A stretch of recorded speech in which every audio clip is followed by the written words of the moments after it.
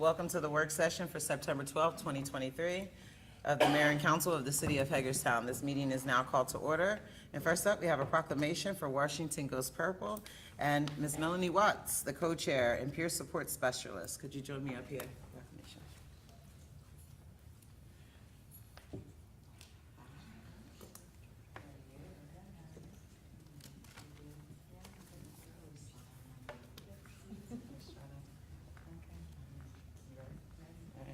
Proclamation for Washington Goes Purple, National Recovery Month, September 2023. Whereas our nation is suffering one of the most devastating epidemics in modern history.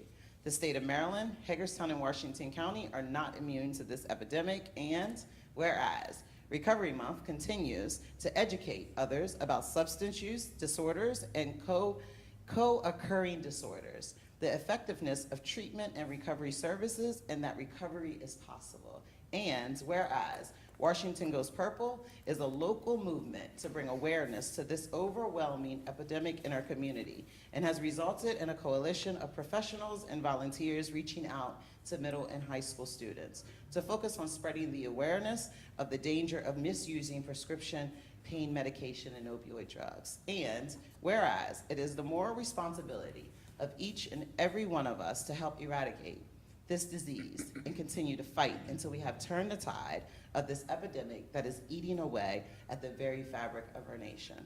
Now therefore, I, Takesha Martinez, Mayor of the City of Hagerstown, do hereby proclaim the month of September 2023 as Washington Goes Purple National Recovery Month and encourage all citizens to light up the night with purple, the color of recovery, and spread the information of the dangers of opioids and other drugs in our community. Thank you so much for the work that you do. I just want to say yesterday, my mother shared her story for the first time. My mother was active addiction for a long time, and I was in the foster care system. And a lot of times people forget about the children that are in the school system that does not know what is happening. All they know is they have to be moved, or they don't have the things that they need for school. And so thank you for the important work that you do around community and looking at all aspects of it, because I felt like a forgotten child while my mother battled with her illness. So thank you so much.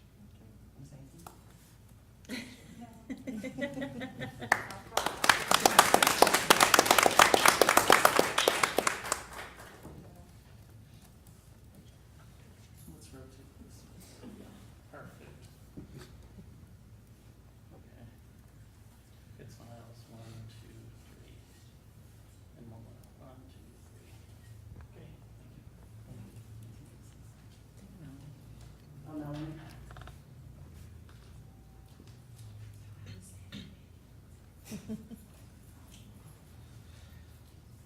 We have another proclamation. She's just running a little bit behind, so we'll just move to the next thing on the agenda, if that's okay. And so we have Partners in Care, Inc., and we have Ms. Mandy Arnold, President and CEO, and Ms. Dr. Brenda Thiam, CFL Service Navigator. Hello. Hello, how's everyone? Hi, it's like familiar faces around this table. Good to see everyone.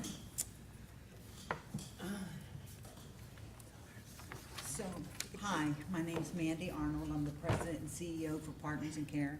Please forgive me, I'm not political, so this is a first for me.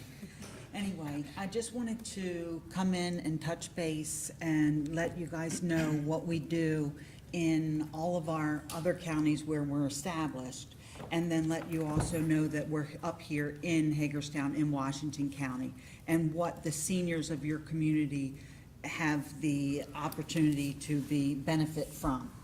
So we're a local nonprofit. We're a 501c3. We're celebrating 30 years. We started in Anne Arundel County in 1993, and we are now located in 6 different counties: Anne Arundel County, Frederick County, Talbot County, Caroline County, Washington County, and 16 zip codes in Montgomery County. We have a unique model. It's a combination of service exchange and time banking. And what that means is where all of our services, 99% of our services, is done by volunteers. And then the individuals that are volunteering to care for or do the transportation or handyman services or member care services, they earn time in a time bank for when they need services. So how it actually works is you become a member. Everyone is background checked, so both the providers and the receivers are background checked because we are serving a vulnerable population. So we want to make sure that everyone is safe. The biggest program, the biggest request is transportation. So anyone, the member can call and ask to go anywhere that they would typically pick up their keys to go is where they can ask to go. All of our services is geared to allow a senior to age in place with dignity and respect. And through our exchange, when they call in their request, they say they want to go somewhere, and it's not just to the doctor's office, even though that's 90% of where we take them. They also go and get their hair done, go shopping, go out on dates, go out to dinner. They can do anything that they would typically pick up their keys to go is where they can ask to go. So a volunteer then goes into the system and he or she can check to see what's open, what's available, and they accept the ride. And then they take the person, they call them 24 hours in advance, let them know what their car is like, that they'll be coming to pick them up, what time. And then they drive them wherever it is that they need to go, stay with them, it's arm in arm, door through door, bring them back. If they go to the doctor, they can stop at the grocery store, stop at the pharmacy on the way home, wherever it is that they need to go, and then they take them back home. The volunteer then calls in his hours and his miles to bank that time in the system. So it's 18 years of age or older to become a volunteer, 60 years of age or older to receive services. So a lot of volunteers are banking time for when they need services. Then how does that work? Well, the person that's the volunteer that's driving, they're given their hours, they're doing the transportation. The person that's receiving the services, well, what do? They might write the birthday cards for the month. They may make friendly phone calls. They may donate to one of our boutiques. We have a boutique in Anne Arundel County and a boutique in Frederick County. Our goal is to have a boutique in every county, but that's what we all do as we age is collect stuff. So, and most of the time that stuff we no longer need, so we can donate that, and that's their give back. So that when they call to ask for the service, they don't feel like they're asking for a handout, that they feel like they do their part. And then we have handyman services. The handymen go out, they fix leaky faucets, install handrails in the bathroom, whatever it is, fix steps, so that if they're falling, whatever it is to keep them safe in their home that doesn't require a license to do. And our volunteers do that. And all of our services are done at no cost. It's just the exchange that they do. And I don't know if you received some information, but in fiscal year 23, our volunteers donated over 54,000 hours and drove over 202,000 miles. We average about 120, 130 rides per week that we're given, a volunteer does. So I really am wanting to spread the word up here in Hagerstown. I know that there's a lot of older adults that need these services. We fill in the gaps for what county agencies and other agencies do, because they definitely don't stay with you when they're taking you somewhere, and they don't make multiple stops on the way home. So we do all of that, and all of it is, like I said, it's free of charge, but it builds community. The members feel like they're a part of something, they're a part of the community. We prevent social isolation. Our member care department does online grocery shopping for people. We've done tablet training where we partnered with the state, and we've received 125 free tablets, and volunteers went out and did one-on-one training during COVID so that the members had tablets and were taught how to use it, how to do their telehealth visits, as well as do their online grocery shopping when they needed to because they couldn't get out and about, and to hook up with family and friends so they weren't socially isolated. So that's just a few things that we do, and we are a second arm to Anne Arundel County, which is our main county that we're in. The second largest, our longest county we've been in is Frederick. We struggle in that county for some reason. We have about 400 members there in that county, but we want to build it. And I really know that the need is here in this county, and we'd really like to make sure that we can come in the county and be able to offer our services. Brenda's been here with us. She's our Community for Life Service Navigator. That's what brought us up into the county, was a partnership with the state for Community for Life. That is an on-demand fee-based service. However, we're guaranteed that we need to be up here for 5 years. So regardless how successful the Community for Life program is or not, we need to be here, and we're going to be here. So why not allow all of these citizens or the seniors of this community to be able to benefit? Thank you. Wonderful. You guys have any questions? If I may, just for a minute, talk about how I came across learning about Partners in Care. I was a volunteer. I volunteered with them about 1.5 years ago. Just scrolling through Facebook, came across the then director looking for volunteers to help get the older adults out into the community to doctor's appointments in various places. So I reached out, and a few weeks later, I was in the office, signed up and ready to do my first trip. Went on to the website, signed up for a few rides to take people to various doctor's appointments. And it's a really good experience to help people get out and about in the community. Now I oversee, if you will, our new volunteers to support them in their efforts in getting our older adults out in the community. And it's quite enlightening. The members that we have appreciate the services that we offer. And it's really a good program that we really need to spread the word that it's here in our community and it's accessible for our older adults. So feel free to reach out to me with further questions. And how would one get connected with receiving the services? Is there, mention a website, phone number, and even for Yes. volunteers? Like how can you Yeah. speak on that? So they would call the main office. Okay. But you can also go onto our website and select the Hagerstown location. And then that has the address, the telephone number. We're right at 17 North Mulberry is where we're located, our office is, and our main number is on these. I can pass some of these out. Our main number is on here. You can just be transferred to the Hagerstown office. You can call up online. You can go on and fill out an application if you want to become a volunteer. But if you want to become a member, you call, and that's a whole process that we put people through. We go through an interview. We have them, we send someone out to their home to interview them to make sure that they can advocate for themselves and that they can participate in the program. Thank you. Maybe we could get Wes to put something together. Yep. Council On Rowland. our social media and stuff. And I would imagine you're partnered with the Commission on Aging and CAC and all of Yes, the. we've reached out to them on many occasions, and Yeah. And they refer people to your service as well?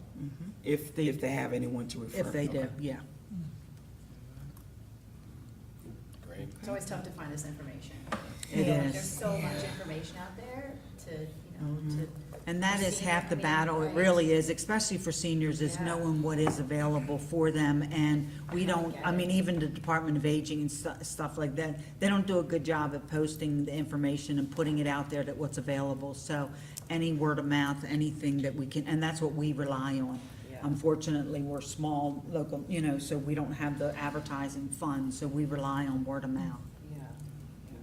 Yours is more like Herald Mail and the Hagerstown Magazine and things like that, where, individuals can. Yeah, we the just wrote a paper big and- grant that we're hoping, as long as the federal budget gets passed through, that we're hoping that it'll go through so that we can do advertising. Were you able to apply for the nonprofit grant from the city? We got that information, did she? We received the Using all the funds, information.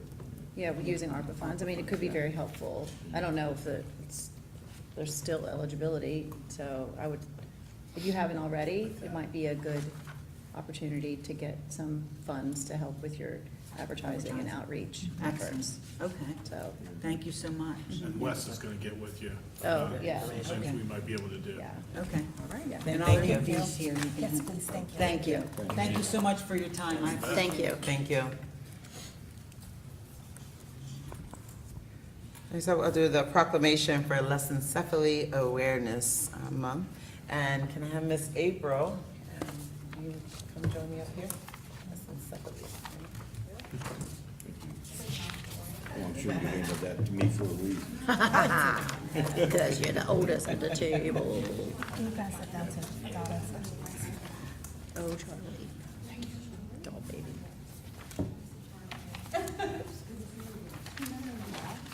He met Takesha? Yeah, and I was like, do you wanna come with me? He goes, of course, I wanna meet the mayor. And I'm like, you've met her like 3 times. And he goes, I didn't know she was a normal person. She is normal. Keep those extra. She's normal. We were Still up for debate. You wanna take a photo? Are you ready? All right, so this is a proclamation for Lessencephaly. Am I saying that right? Lessencephaly Awareness Day, September 8th, 2023. So whereas lessencephaly is a rare gene-linked brain malfunction causing the brain to have less or no ridges and folds, making it appear smooth. It is estimated about 1 in 100,000 individuals are born with this condition. And whereas addressing these complex medical needs in life is imperative to helping families successfully care for their children at home. The need for more education, awareness, and support for families is present. And whereas Lessencephaly Foundation, Inc., a nonprofit charitable organization, helps support these individuals through continued efforts of empowering families and educating communities. Now therefore, I, Takesha Martinez, Mayor of the City of Hagerstown, do hereby proclaim September 8th, 2023 as Lessencephaly Awareness Day. Thank you so much for making sure that we understand what it is. Well, many moms before me had done, thank you. Thank you. Many moms before me had actually started this. Charlie's one of the longest living individuals with this condition. So other mothers kind of took the footprint and sent out a call to action to send it out to their county councils and their local state officials. So they've done the hard work. I have to admit, when Charlie was born, I didn't have the internet to make this happen. So thank you. I appreciate you. I appreciate all your hard work. Thank you. Thanks, April. Thank you for Picture, having us. picture.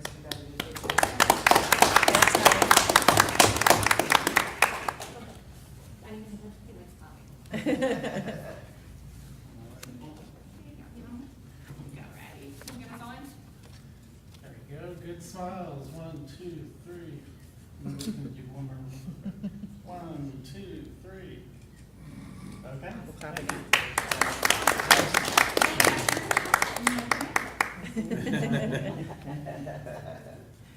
Thank you.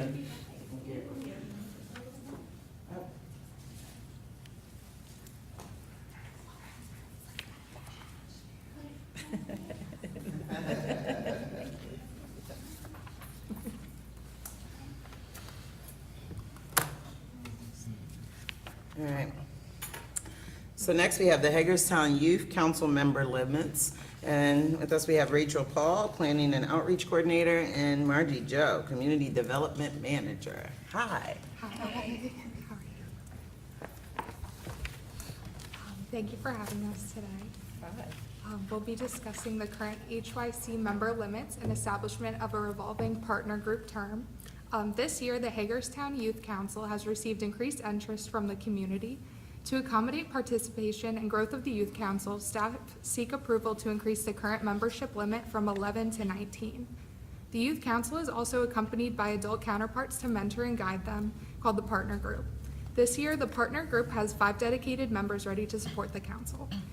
Staff are also looking to establish the Partner Group for 1-year revolving term limits as a part of Chapter 10, Article 15, along the Hagerstown Youth Council. We can answer any questions. I'm good. Oh, yeah, definitely. That's Yes. awesome. Thank you, it's That's fantastic, cool. I love it. You know what I'm gonna say. Stop it. Thank you so much. Thank you. Thank you. He loves the East Tree. And thank you. And Oh, my goodness. Here comes the big one. Yep. Review of Draft County Comprehensive Plan 2040. With us, we have Kathleen Marr, Director of Planning and Code Administration. She brought her water. Might need it. Good afternoon. Yes. Okay. All right, so the Washington County Planning and Zoning Department and the County Planning Commission at the end of July released their in-house update to the 2002 Comprehensive Plan for the county. That was a huge project and the result of several years of hard work by the county staff and their planning commission. The input, they have extended the public comment period into the fall to allow time for the input for these meetings that they've started scheduling in mid-August around the community. The one for Hagerstown is going to be on September 25th at 5:30 at the library. The official public hearings will probably be sometime next year. The full plan and the info on their plan can be found on their website. And this is the document. It's not for the faint-hearted. So we reviewed the whole plan. I reviewed the whole plan. Other members of our staff reviewed the sections pertinent to their operations. I also alerted local agencies in Hagerstown that were mentioned in the plan and let them know they have a chance to comment, because some of the information to me seemed a little dated because perhaps it had been a while since it had been written. And so we did get some comments back that we forwarded to the county on the 16th, and some people directly responded to the county. And then I met with the county planning director on the 30th so that I could go over the initial comments that I had put together and also ask questions about some of the data prep and analysis that I didn't quite understand. So attached to the memo is the draft comments with, draft document with city comments on big picture policy plan issues, as well as some suggestions for edits or corrections to some of the data that's in the plan.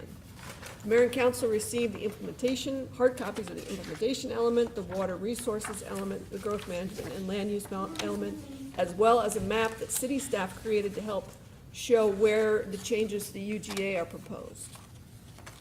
So to go over,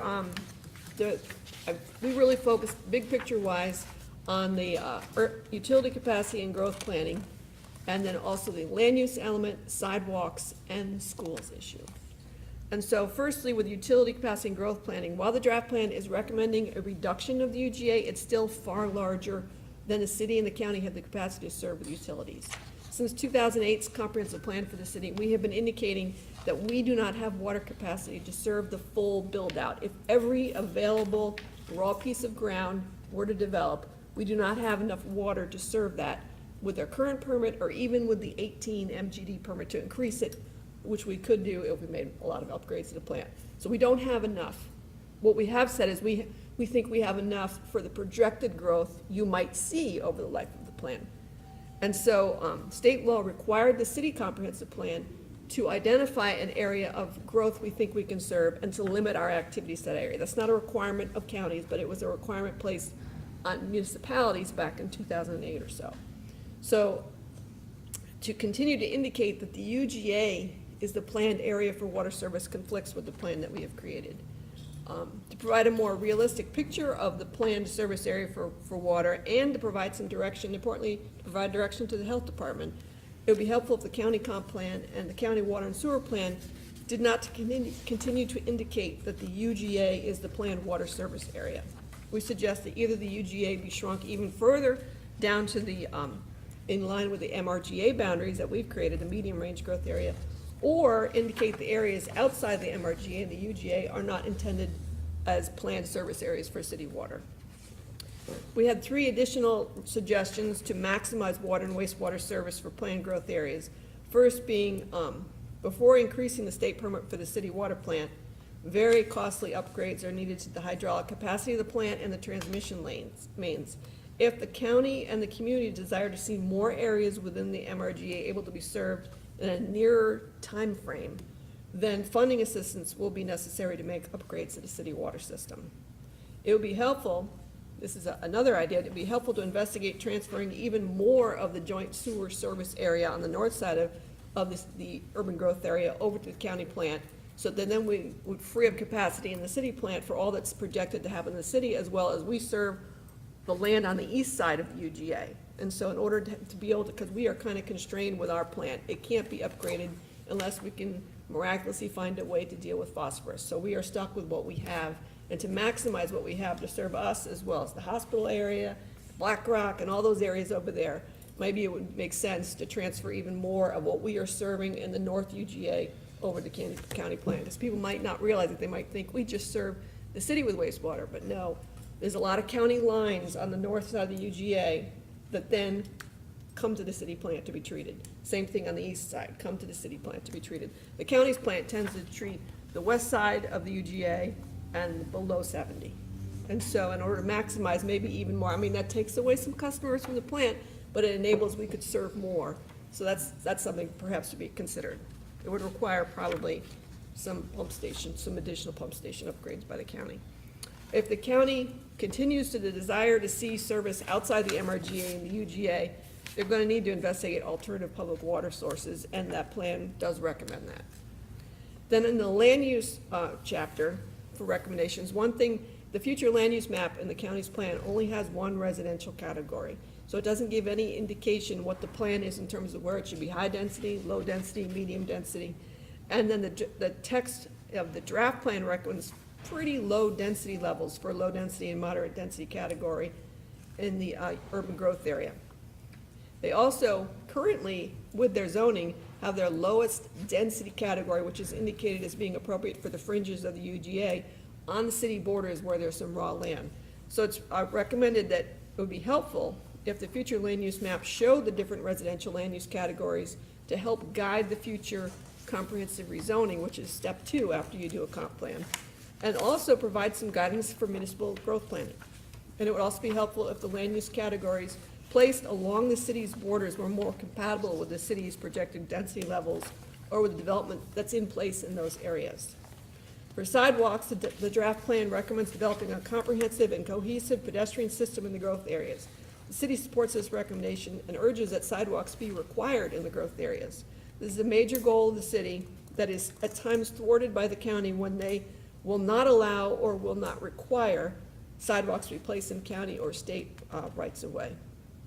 For schools, the draft plan takes a system-wide look at school capacity and indicates that all levels are below the state-rated capacity. And this is because in the rural areas and out in Hancock, there's room in the schools. And so if you average it all out, things are okay. But the fact is, in the growth area, there's problems. We hear about the problems. They want us to help deal with the problems. So it seems like the plan should really be talking about what do we need to do? What are those problems? What do we need to do? And then the city is aware that the county would like the city to readopt an APFO for schools because of the capacity constraints in the growth area. If that is a county goal, the county comp plan should identify the capacity issues as a significant problem and make recommendations to address the problem. For municipalities to engage in an APFO for infrastructure beyond our control to improve, it requires trust that the infrastructure provider will be working on those improvements, so an indefinite moratorium will not be faced by the APFO participants. So long as the county APFO for schools is not linked to the county CIP to create sufficient capacity to serve the capacity constraints in the growth areas, which is currently being experienced, and if it grows the way the county thinks we will grow, it will be even worse. So, I looked up. So something, you need to have that link. APFOs are intended to be the link between pace of development and pace of construction of capacity to serve growth demands. APFOs are not intended to be just revenue generators or a moratorium device. Without the link, an APFO is at odds with Maryland's standard for APFOs that requires adequate facilities to be reasonably probable of fruition in the foreseeable future. At this point, we do not experience that in the urban growth area. So when people wonder why the city does not have an APFO, that is why. If things were to change, the city maybe would get involved in that discussion because we do have concerns with the Board of Ed about school capacity in the growth area. But at this point, if we got engaged in APFO again, there's no promise of a solution. We would just be setting ourselves up to be told that your plans can't be approved. And so then we also had a number of edits or corrections, suggestions to data that's in the plan, and that is attached to the memo. Wasn't planning to go over it in my remarks, but we could if you like. So that is, in a nutshell, what staff have on the comp plan. Tomorrow, we're going to be presenting the comp plan to the Planning Commission, the city's Planning Commission, and then the next step would be to take any comments that come out of the Mayor and Council or the Planning Commission, formalize up these comments and send them over to the county to be part of their public engagement process. And I also will be attending the meeting they have in Hagerstown to see what happens there. I don't plan to get up and make remarks, but I'd be interested to see what people have to say. Questions? You guys have any questions? I don't have any questions, but, I mean, the obvious here is, you know, everything that staff has said in the memo and review is completely appropriate. They're completely appropriate comments to make back to a plan that appears, and maybe it's designed to focus, you know, largely or almost only on the county's objective for growth over time. And so, for me, it's just unavoidably present within the memo that we're saying things that I feel like we say from the political table On a constant basis, yeah. repeatedly. You know, we have limited water, you know, adjust the UGA. We, even in the fire comments where the plan doesn't even acknowledge that the city has a paid fire department, that the fire system within this county, and I know people are gonna be upset when I say this, would not be able to fundamentally operate tomorrow to provide the needs within this county if it were gone tomorrow. You know what I mean? And I just feel like and I think the school portion is probably the most pointed as it applies to the political undertone that exists within the comment, but it's just a reality.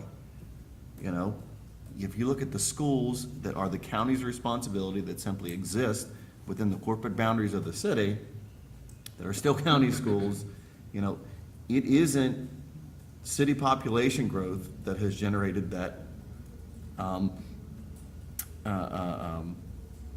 overcrowding over time. It isn't the absence of growth contributing funding to address that crowding over time. And so I don't know how else you say it. And so I think all the comments are great, but I just feel like it's gonna lead to the same discussion that I feel like I've been a part of now for just ever. And it's like it doesn't sink in, you know? It just doesn't, you know, because their plate is this big, you know, and we have a plate of resources this big. And folks are beholden in all kinds of ways to filling out that plate that's bigger than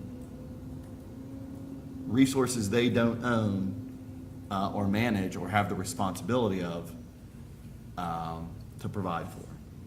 I don't know how you get past that, and I guess my hope was with the new sort of state mandates on a host of things to say we need to right-size resource management for future growth demand.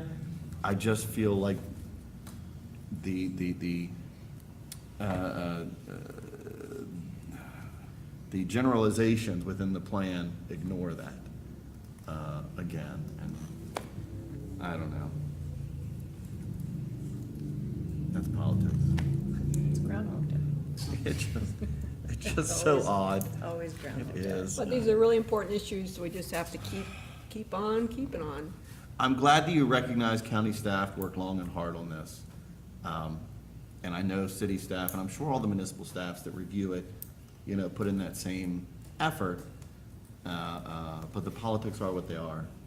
And you know, you can use words like cooperative and collaborative and things like that, but, you know, It's important for the community to understand as well. yeah. Which is why it's good to keep getting the word out, that, as you said, you might have a platter like this, but if you only have this amount of stuff to serve it, something needs to change. Same thing with schools. If you are telling us it's a problem, and the city needs to help, then the plan really needs to talk about it being a problem. Right. And that this is what has to happen to fix the problem. I can't agree more.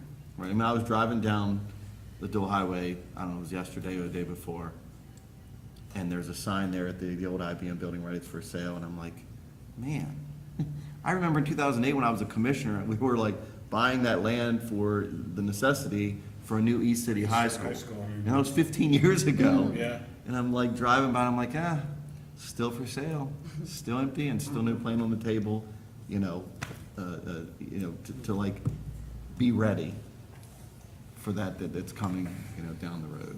So, It's under contract now, I don't know. It's just, not by the county, but it's under contract. yeah. just interesting. Thank you for all the hard work. Thank you. Thank you Okay. very much. So we'll be in front of the planning commission, so you get this twice. Oh, sorry, I missed it. Thank you, Kathy. Yep. All right, the next thing on the agenda, Nancy won't be here with us, so, city administrator. Yeah, hang on a minute, caught me off guard. The only thing I wanted to let everybody know about is Fall Fest is at City Park this week. I also think that Bester Community of Hope is having a South End Block Party I think this so. week down there also. So make sure you go out and visit City Park this weekend. Also, there'll be fireworks, and not in commemoration of Councilmember Brucci's birthday. There will be fireworks at City Park that evening, and they're good. They'll be every bit as what the fairgrounds are, so look forward to that. That's all for me. Thank you. Councilwoman McIntyre. I think they are for I think they are. Tom's birthday. I think he planned the whole thing. I just They'll have be one as bright thing. as the candles on his block. Exactly, exactly. It just keeps getting better. Anyone else? Man, that was good. We couldn't find a 7. That was good. That was good. I like it. Just really quick, on Sunday, I was scrolling Facebook. What? And there was a concern about a sign that was at Wheaton Park that was incorrectly placed. And I just have to say that, first of all, while Facebook is not how you always want to hear about the things that are that need to be corrected, it happened.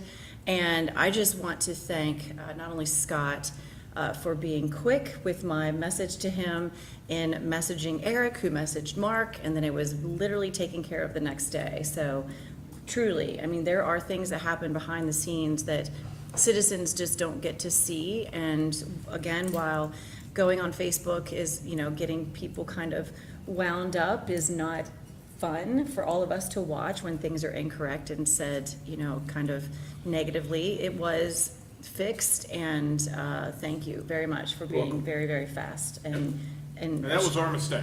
it was. Yeah, It was mistakes absolutely happen. our mistake, and mistakes Yeah. happened. So, again, thank you, and Eric and Mark for taking care of it. You're welcome. Councilman Brucci. Well, during the break, I had breakfast with Sheriff Albert, and our chief and our captain and President Barr, begin talks about finding a solution that benefits the community when we finally get this opioid big pharma money, that we can apply that in our community to answer some of the situations that we currently have in not only the city but Washington County. So hopefully we continue those talks and come to some kind of plan. If we get this big pharma money and there's no plan, guess what? It's gonna be like ARPA, we gotta hurry up and, do whatever we can do. So I'd rather plan for that money and spend it wisely than to have it sit there and long discussions where nothing happens. So hopefully, we get some resolution to some of these problems. That's it. That's it. Councilman Ashar. I do have something. Just wanted to thank city staff and school staff over at the board. I received inquiry, I guess it was last week, regarding individuals getting on to the field over there at North, to play, I think soccer or other activities, while the students are there practicing. It's, a large number of male individuals, wanting to go onto the field and play. And I get it, I like soccer too, and I'd love to play on the turf. But then I thought, on the same day that I received some of those communications, I had to go pick up my boys at Lincolnshire for a dentist appointment. I'm sitting in this lobby and I'm like looking at, these comments, and I'm like, I've got to sit here in this little box and wait for the kids to come out, you know what I mean? for those safety reasons, and here you have, individuals, hopping onto the field while kids are still participating in their sports activities. It just seemed to me like it would be, a safety concern. And I think even more so because it really doesn't matter what sort of government recreational facilities out there at this point, right? You go, you fill out a form, you get to reserve it, and you get to use the space, and that's to make sure that, there's some accountability there. So I'm hoping that the individuals that are proceeding with those activities will go through those channels, and use the space as it's intended and designed and provided for, but I think it was paramount to get our appropriate respective staffs involved to make sure that there is that separation, the students that are at the school after hours, because school doesn't end, when the school day is over. There are tons of kids we have in extracurricular activities, both inside and outside. I was just at Northern Middle last night, there's probably 200 people there for an after-school hours activity, and so, want those students to feel as safe and comfortable, in that environment as we provide for them to be during the, in-school hours that they are in instructional. So, thanks. Thank you. Councilman Schindler. Just a few things. First, wanted to congratulate, I know as Mr. Ryford so pleasantly told us, all of the community partners that were involved with the Clara Barton Memorial. So I want to congratulate them on the groundbreaking today for that. I also wanted to say that, opioid awareness is still as important as ever. So I wanted to thank Washington Goes Purple. They had a very powerful kickoff at the city park during the last break that we had. And it just, want to continue to remind everybody to be ever present with that and educate your children, and, thank you for everybody that keeps involved with that, so. Thank you. All right. I want to say that language is so very important. And as I shared after the proclamation, yesterday made 45 years since my mother's mother passed away. My mother's mother had a heart attack, and they lived in Frederick Manor. My mother's mother worked for the mayor's office, and her father was a pastor. And she shared that story yesterday at a church, and some of the things that I heard for the very first time. She was an 18-year-old girl who had a baby by a married man, and I was 5 months old. And I just want to say that when people are traumatized, when people are hurt, the last thing that we want to do is make them feel as if they're unheard. As my mother was sharing her story, she shared how she had to leave away from Hagerstown, spend 10 years in Baltimore City, get clean, and then come back and still having the issue of not being able to get a job or people bringing up her past. And I want to say culturally, for people that look and sound like me, I've been misunderstood. And I stood out there within the community, and I understand that it looks and appears as if it's a protest, but I want to be mindful that there's feelings and values out there, and that if we don't address the feelings and values of community, then kids go into different things based off of where their parents can't provide. The community center is a safe haven. It has been a safe haven. It's a place where people and kids can go and get the things that they need. And so I just want to share some of the feelings and values of what I heard out there as I just listened. I just listened to the moms. I heard safety is important to them. I heard accountability is important to them. Presence is important. Education is important. Communication, service, and community is important to them. I heard that they're feeling frustrated, they're feeling unheard, rejected, angry, sad, triggered, forgotten, and misunderstood. And I don't know what the other side, their feelings and values are, because when you don't come to the table in the midst of conflict, then everything that is around becomes the conflict. And so, while you have a community in conflict with direct people, everything that happens right now is a conflict to that community. And they're feeling unheard. And if you look, whenever there's no presence within our community center down there, kids don't have a place to go to after school. Those kids get home at 5 o'clock. There's people that can't go to work. There's no before school care or after school care. Their kids get on the bus at 8:45. There are feelings and values of people that we have been elected to serve, that we are working to serve. And I think that sometimes all of the drama and all of the chaos and all of the conflict forgets that there's feelings and values, that people want to feel heard and understood, that people feel forgotten and unheard down there. And I don't want to be a part of an elected body or a part of a system that doesn't make sure everyone feels heard and understood. So whether it's that community or any other community, I just don't take what Facebook is saying. I don't take what someone else is saying. I go and I listen, because that's what I needed. This is why I'm here. Listen. Yes, sometimes we may sound like there's something else there. That's pain, that's brokenheartedness. People are brokenhearted.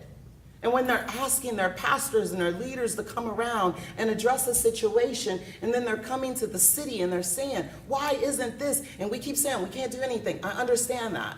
But at least we can make sure people feel heard and understood. And I got us on that. Because that's what I do. That's my specialty. I'm in the streets. I make sure people feel heard and understood. But I want you to be mindful of that. In a community where we're asking community to come together and begin to help take back your community. And that's what they want to do. And in the meantime, we're calling it a protest, but they're out feeding children. In the meantime, it's a protest, but today they have 300 children expected to come get shoes and hot dogs. And so I just want to be mindful that what we hear all the time is maybe not what's happening. And with that, we're adjourned.